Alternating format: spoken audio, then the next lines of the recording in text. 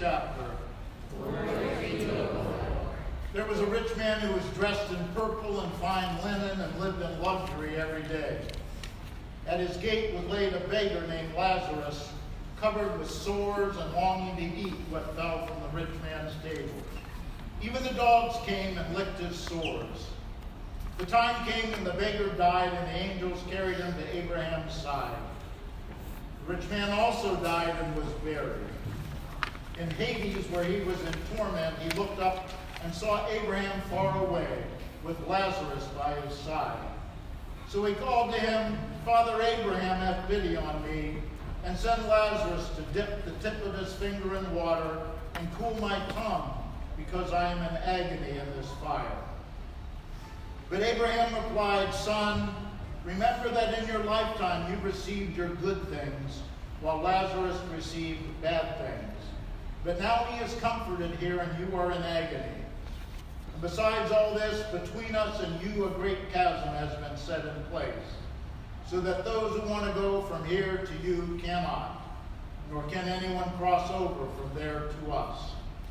He answered, "Then I beg you, Father, send Lazarus to my family, for I have 5 brothers. Let him warn them, so they will not also come to this place of torment." Abraham replied, "They have Moses and the prophets. Let them listen to them." "No, Father Abraham," he said, "but if someone from the dead goes to them, they will repent." He said to him, "If they do not listen to Moses and the prophets, they will not be convinced, even if someone rises from the dead." The good news of Jesus Christ. Praise to you, O Christ. Please be seated.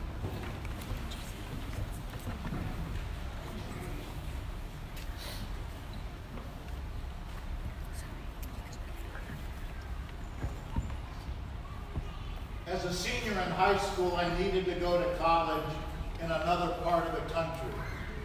18 Midwest years were enough. So even though I wasn't smart enough, somehow I got accepted to Wake Forest University in Winston-Salem, North Carolina. But I had no idea that North Carolina was another world culturally. When I walked into my dorm room, I was met by Randy Banks, a stocky redhead from New Bern, North Carolina. Having arrived at our room first, he of course already had the bottom bunk.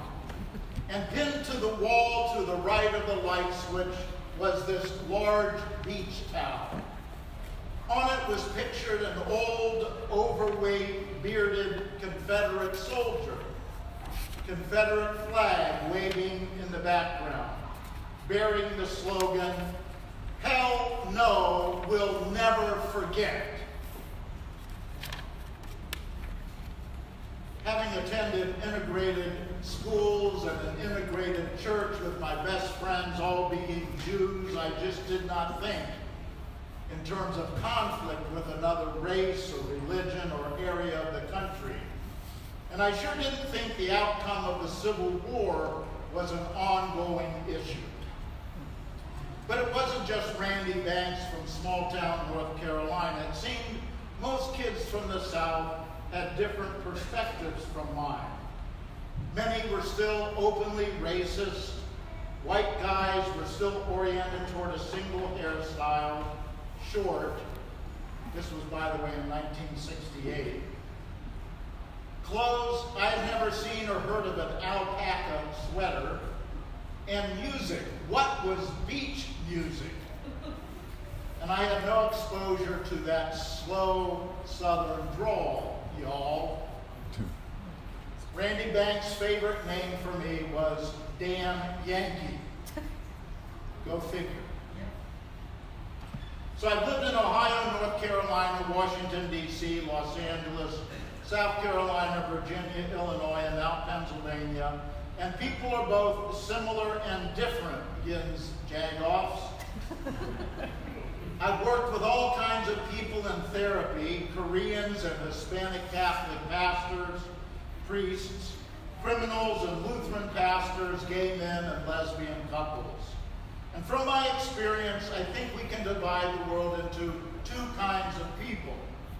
There are people, regardless of race, religion, religion, gender preference, or political affiliation, who reach toward crossing the chasm and building connection and community with one another. And then there are those who see the other as a threat to their life or as a danger to be eliminated.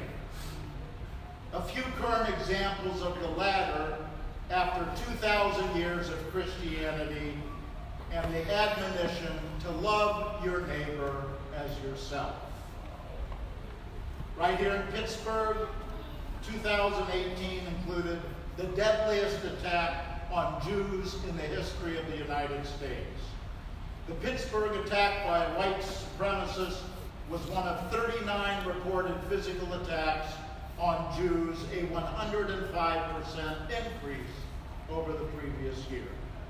Across the country, mosques are vandalized, local governments denounce Islam, and state legislatures debate anti-Muslim laws.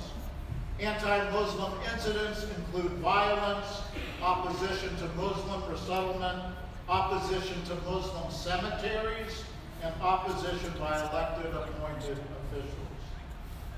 The Department of Homeland Security has added white supremacy as a domestic terror, emphasizing terrorism as a threat on par with foreign groups.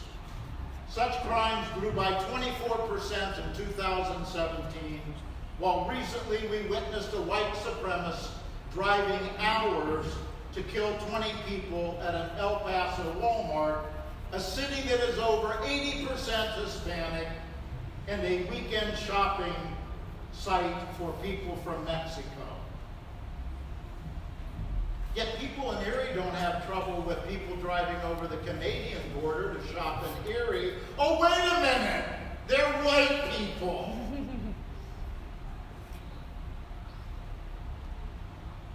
Why are so many white men insecure, lacking in self-esteem, emotionally empty, with violent urges and no relational skills? I am a therapist. I have some open hours. Give me a call. But it gets a bit overwhelming, doesn't it? A recent study says that 1 out of every 16 women had a forced sexual experience as their first experience, meaning they did not want it and could not fight it off. This disregard, hatred, and abuse crosses every possible relationship where there's an obvious difference between the two. When I lived in Los Angeles, I worked for a black producer, H.B. Barnum. H.B. has worked with Aretha Franklin, Lou Rawls, Boz Scaggs, Luther Vandross, The Temptations, to name only a few.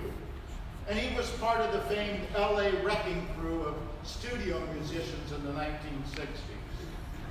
While working for H.B., his big band was contracted for the Blacks for Nixon event at the Hollywood Palladium. This was 1972, but I still find it hard to imagine that there were that many Blacks for Nixon back then, but there were.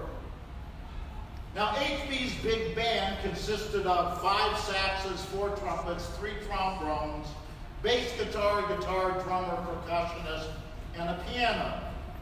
And all were black musicians except yours truly on the piano. We rehearsed at the Palladium late afternoon and then were hanging out backstage, smoking and talking until the festivities began. When through the backstage door came Red Fox, a white woman on one arm and an Asian woman on the other. If you're young, you may not recall Red Fox, but in 1972, he was at the height of his fame as the star of Sanford and Son. And before that, he was a raunchy comedian, the godfather of Eddie Murphy and Richard Pryor. So Red Fox walks in, stops suddenly, fixes me with a nasty glare, and says loudly and angrily, "Who's the honky?" Everyone freezes.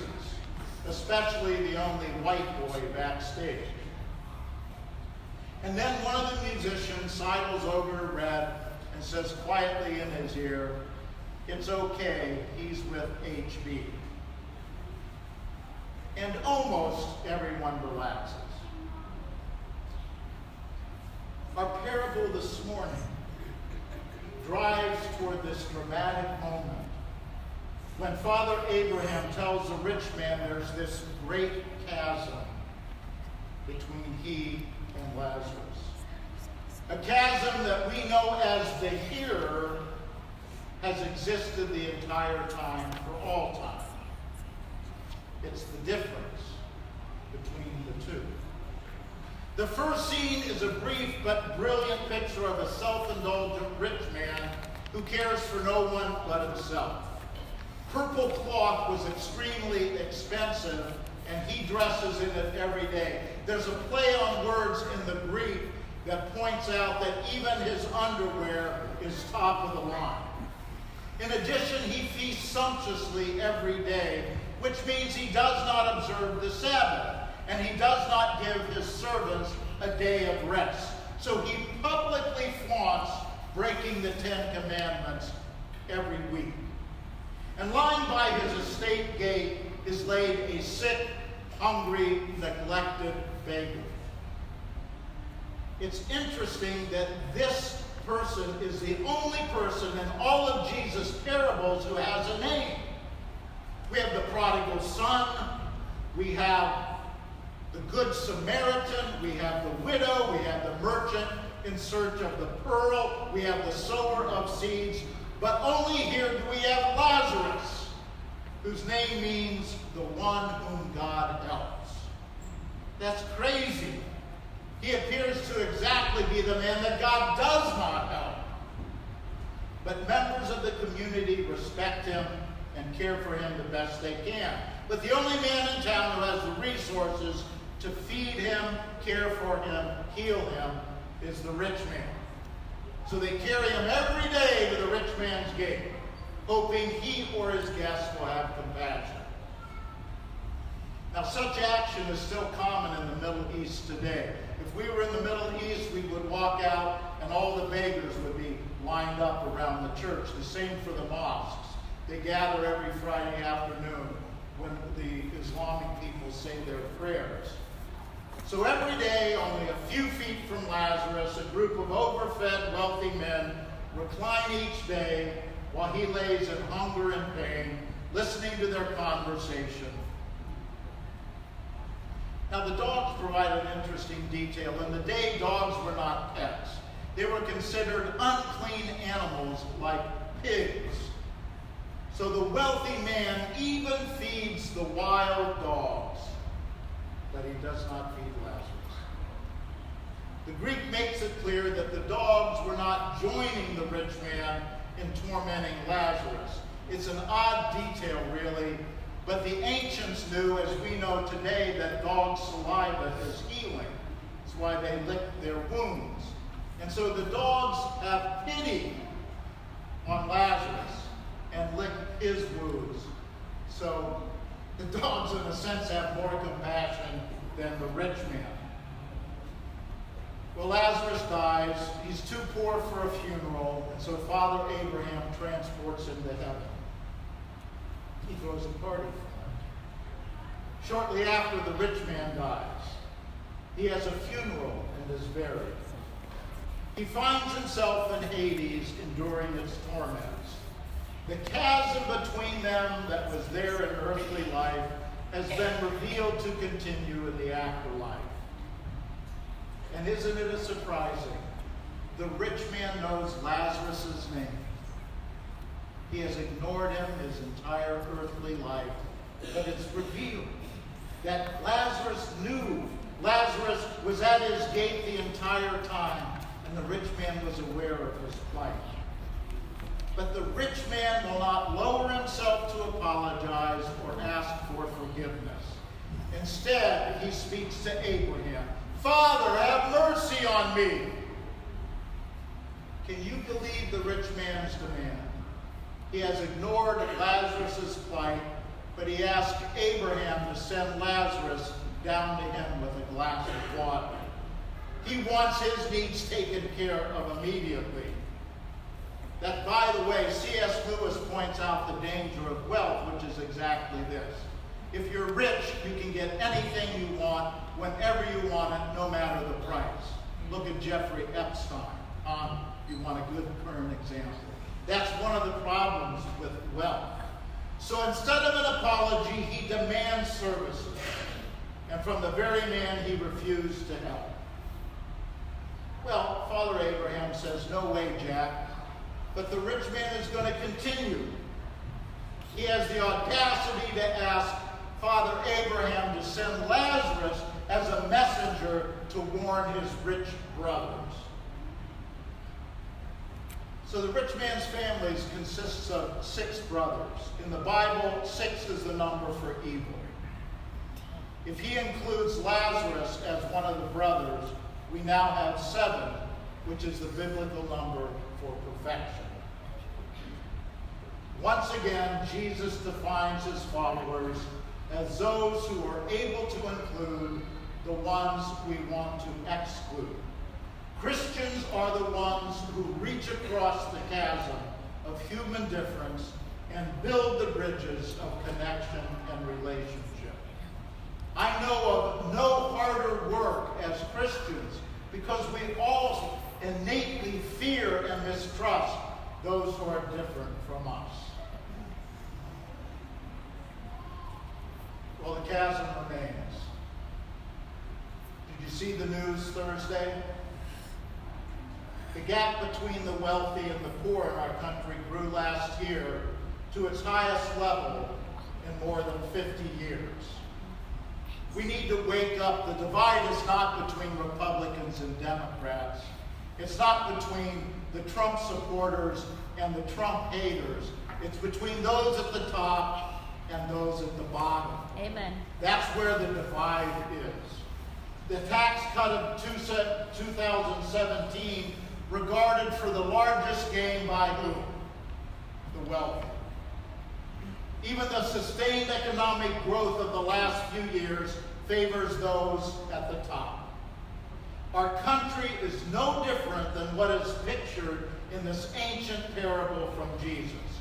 Those who feast sumptuously at black-tie dinners where Bill Clinton and Donald Trump shake hands because they're both getting money from the same corporations.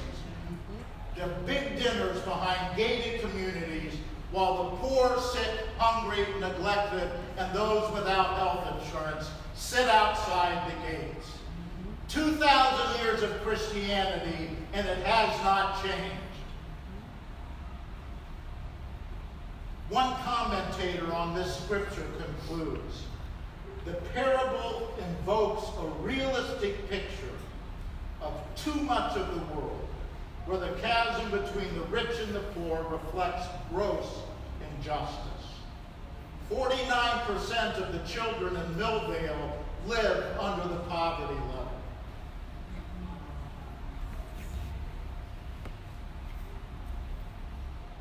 The sensitive listener is encouraged and stimulated to create a just society in which adequate care is extended to everyone.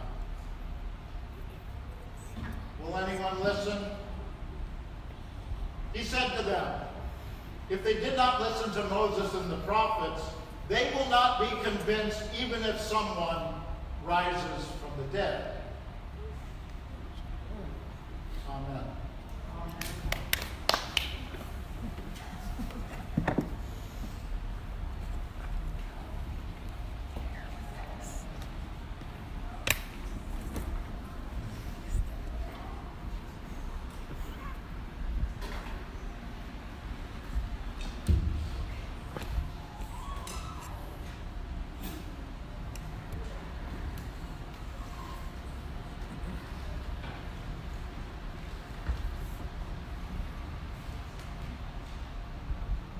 One, two, three, four.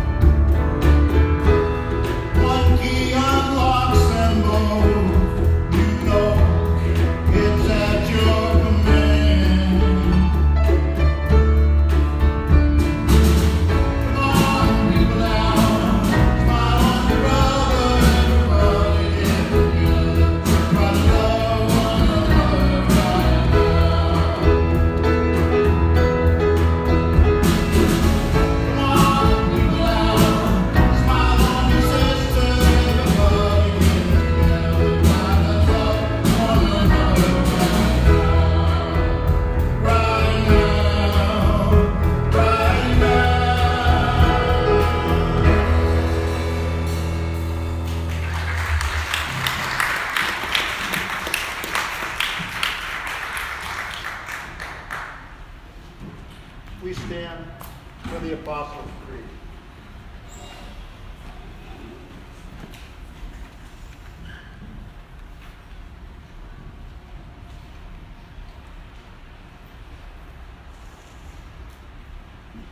I believe in God.